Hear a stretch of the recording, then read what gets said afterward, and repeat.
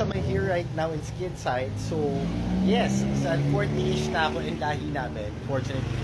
Meron ako mga whatever parts sa next ganyan. So, i-assess muna nila ako kung gaano katagal to. Pagdasal niyo ako kasi may masakit to, di ba? Balik aladog program na nga tayo. Tiis ganda muna tayo for today. And syempre maghahayatos muna ako ng ilang araw kasi magmumukha akong connected lahat. So, good luck! And of course, thank you sa Skinside for helping me out with with my balik alindog program. Moment of truth. So, kasama ko si Ma'am Christy. Hi! So, siya yung of course, ate, wag! Ay, wala pa pala. Stop yung dead skin pag may kasamang gaya ng zero. A dead skin. Para mas smooth at saka mas... So, nililinis siya. Okay. Pati ba yung nakaraan ko, malilinis niya na ate? Charot. Para saan yung uso ko ate? Para lumambot yung... Lumambot yung puso ko. Charot. Masakit, pero mas masakit pa rin yung ginawa sa akin ng ex ko. Charot. So yan guys, tinatanggal ni ate yung mga bakas na nakaraan ko para makamove on na tayo. Charot. Diamond pin. Okay. Parang hindi higop niya yung Hinihigop niya yung mga sama ng loob ng balat ko. Charot. Kulit ko ate. Hindi, sanay na ako nasasaktan. Charot. Ate, gano'ng katagal yung healing nito? Ilang days ulit siya? 4 days to 1 week. Okay. Bakit ako 2 years na hindi pa nag-heal? Charot. So, pag closed yung pores, mas hindi siya prone sa okay.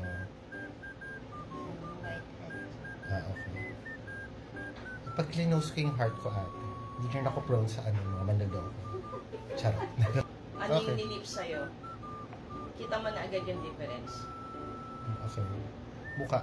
Ba't yung nililift? Baka magmukha akong Bella Flores. Mag-glowing ka. Mag-glow mag-ano. Okay. So, ito muna kalahati guys, para ma-compare to sa kalahati. So, spot the difference yung una nating game. Tapos mamaya, pag nagdututan na ng words, connected dots naman tayo mamaya. Okay. So guys, ito na yung anesthesia. Diba? Para hindi na maramdaman masyadong sakit mamaya pag yung mga words ko. Nasaan ang anesthesia na kinailangan ko siya noon? So parang nililift siya. Parang nililift yung mukha. Yung spirits ko rin ba ate malilift nito?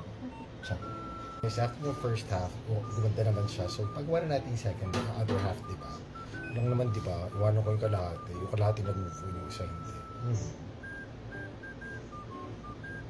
Masyarap siya sa mukha. Ang tawag dito ate? RF. Kala ko sa kotse na ito ginagawa. So guys, natutunan ako today. Ito yung RFID, yung barrier na nililift na gano'n. Ito kasi, nililifting niya yung mukha mo, kaya RF yung tawag sa kanya. Diba? Makes sense.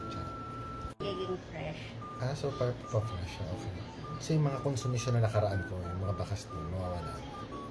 Perfect. Kanina yung half na to, so syempre diba, na-lift na to, so syempre yung other half din gawin natin. Or otherwise, ang ending natin, kamukha natin yung baso sa mesa, diba? At ba't nga ulit nilagyan ng nito, ng ganito? Para... Love yung anesthesia, topical na anesthesia. Para mas, kung gumana yung anesthesia, mas mamanhid ako. Bakit pamatagal na ako manhid? Meron akong bang topical na amnesia? Topical amnesia, para yung mga nakaraan nakakalimutan natin.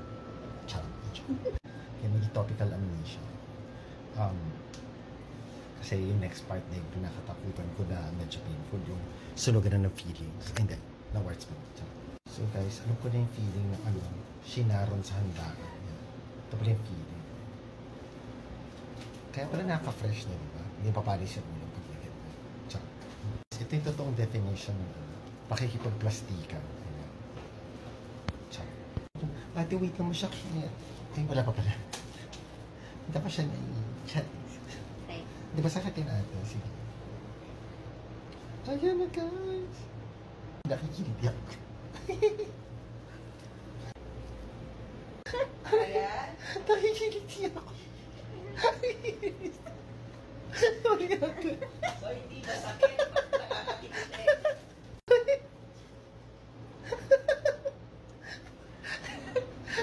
Masakit na akin ito. May sunog. Ako pala yung nasusunog. Kasi grabe pero medyo masakit pala na parts. Para ito pag-ibig, ayaw mo na umulit. Nakakadala. Pero sige, tiis ganda tayo for today's video. Medyo mukha na tayong connect the dots for today's video. Hirap pa ng tiis ganda. Pero sige na. Trust the process. Ito yung post traumatic, charot.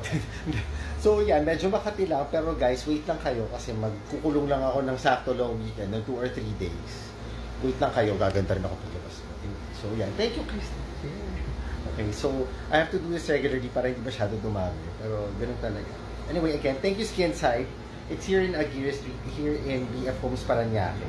So check them out. In fairness, hindi mabigat, parang dentista, hindi mabigat yung kamay ni ate. Anyways, thank you guys. Bye-bye. God bless you.